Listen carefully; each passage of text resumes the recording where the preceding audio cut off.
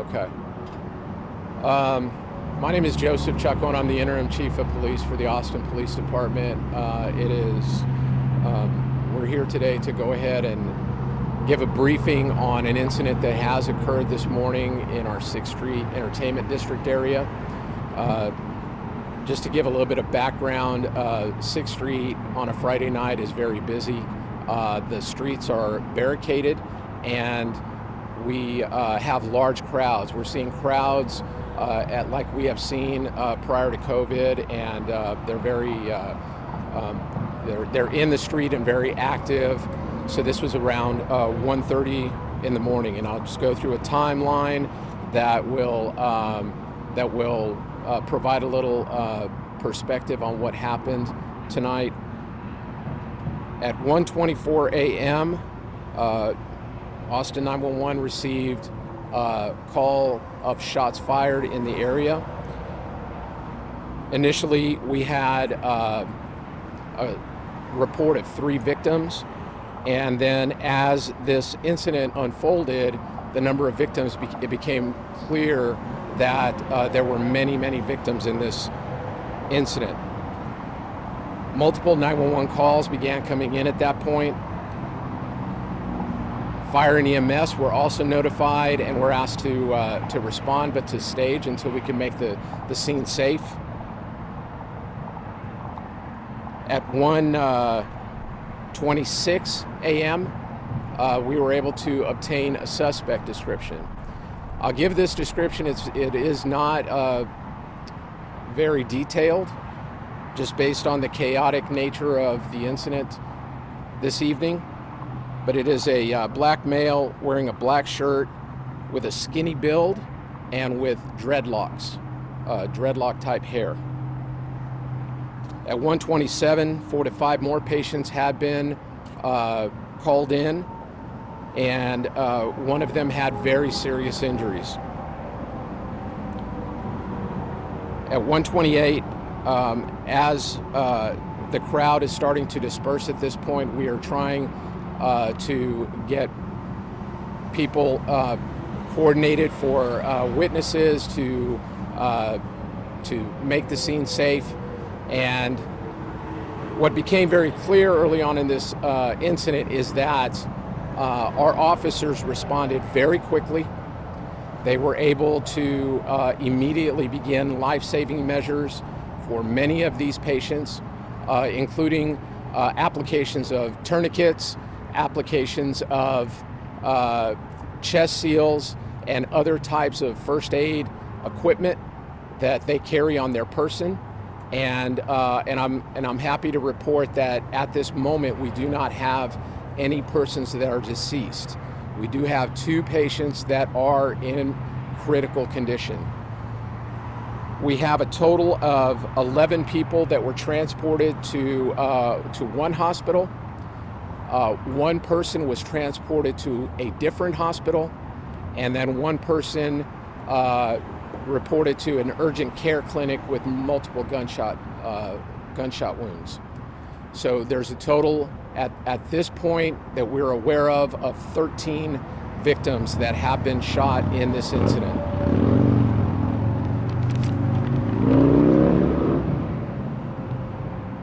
As this incident was unfolding, and officers, because of the nature, again, very large crowds, it was very difficult to contain the scene. It was very difficult for EMS to make their way into this crowd. And because of the nature of the injuries, officers had to go ahead and use their police vehicles to put some of these shooting victims into the vehicles and transport them themselves to the hospital so that they could get the urgent care that they needed. Fire and EMS did manage to make their way, and we had a total of 6 patients that were transported by police, 4 were transported by EMS, and then 3 patients transported themselves in a personal vehicle. So at this point, we're reviewing all of the video sources that we have. We have our Halo public safety camera system downtown. We have officers with their body-worn cameras, as well as many businesses have surveillance video in this area, and all of those video sources will be reviewed. Our aggravated assault and homicide unit detectives are out here investigating at this time, as well as members of our organized crime and our gang units from that perspective, to see if this incident was gang related or what other type of motive there might have been in this shooting incident. It's not clear at this point what sparked this off or why this happened, but out of an abundance of caution, we have notified the FBI's Joint Terrorism Task Force, which comes out on active shooter type scenarios in order to help with those investigations, and they are on the scene as well. What we're asking for at this point is for anyone that might have information on this, might have been down here and either witnessed something, or if video was taken that's on a cell phone owned by somebody in our community, for them to go ahead and contact us. You can either call 911 or you can call our tip line at 512-472-TIPS. That is about as much information as I have on this incident right now. It is very fresh, and we're still have the area shut down. It will be shut down for quite a few hours. It is a large crime scene, and I'm very grateful at this point that we do not have more people that are deceased. I do believe that it was the actions of our officers who responded very quickly and have been trained in life-saving measures, including use of their first aid kits and tourniquets that they carry on their person to be able to quickly apply that first aid and help people that were in serious injury, serious distress. Up here I have also with me people from the FBI, from the Austin Fire Department, from EMS, and then other folks here from the Austin Police Department. That is all of my prepared comments at this point. Like I said, this is still a pretty new incident and very unfolding at this point, but I will take a few questions if there's anything that I can answer.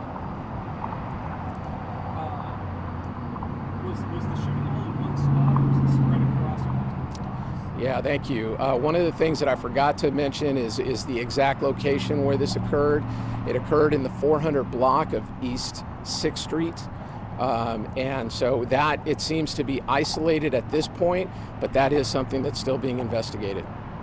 As a police officer, what's going through your mind when this kind of scenario happens? Obviously, the first thing is trying to save people's lives, as well as identify a suspect and get that person into custody. I think that we did the first part, and we're working on the second part right now. Have all the suspects been caught, and is the public in any danger right now? I would say that the public, I cannot say that there's no further public danger at this point because the suspect is not in custody. So it appears at this point to be isolated to this one area, but as we receive more information on that, we'll put it out.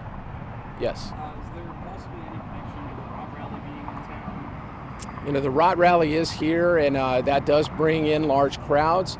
I don't have any information right now that it's directly related to that. Is there any chance at a potential shutdown 6th or tighten up security around 6th Street this weekend, or possibly throughout the summer after? Security is always pretty good down here because of the way that we cordon off the streets, block off the streets, using barricades and try to keep people safe that way. We have a lot of officers that are assigned to our downtown area command, and that actually work in this area. There's a high visible presence of officers. We try to keep it as safe as we can, but what we have seen in recent months and over the last year or so is an increase in our gun violence. And so this is just emblematic of that. It continues, and it's something that we're really trying to work to decrease. I'm sorry, could you tell me just a few of the factors of why the FBI were called in on this? Anytime that we have a potential of a active shooter or a scene that might be some type of, there might be a domestic terrorism nexus, we call them in. At this point, I don't know that that is the case. It cannot be ruled out, and therefore we call them in early on so that they come early on in the investigation. Do you have an idea of how many shooters there were or how many gunmen there were? No, not at this point. Or that what caliber of weapon they used? Don't know that at this point. And any rule of what kind of weapon was used? No, don't know that at this point. And just to recheck again, you said how many victims was it again total? So we have a total of 13 victims. 11 are at one hospital, we have one at a different hospital, and then one at an urgent care clinic. At this time, no, but we do have 2 that are in critical condition.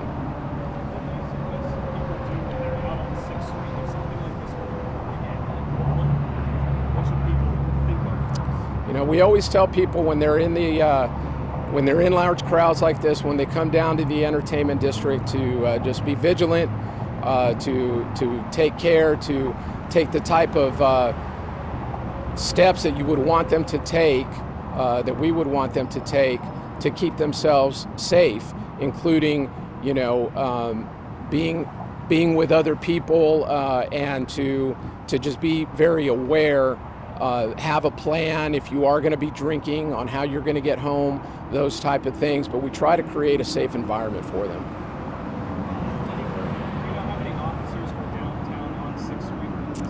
I don't have the exact number right now. Last question.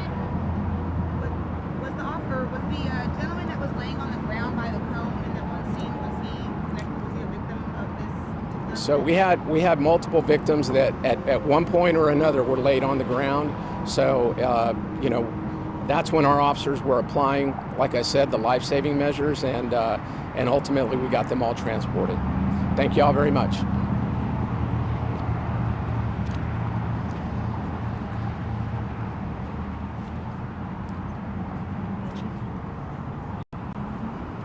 Thank you, sir.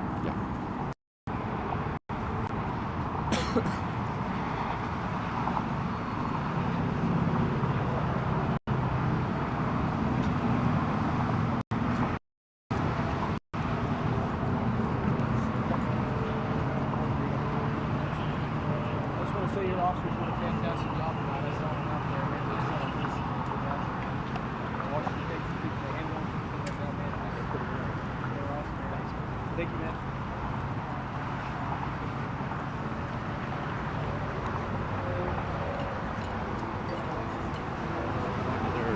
Live feed or whatever. Thank you, everybody. Have a good evening. Thank you.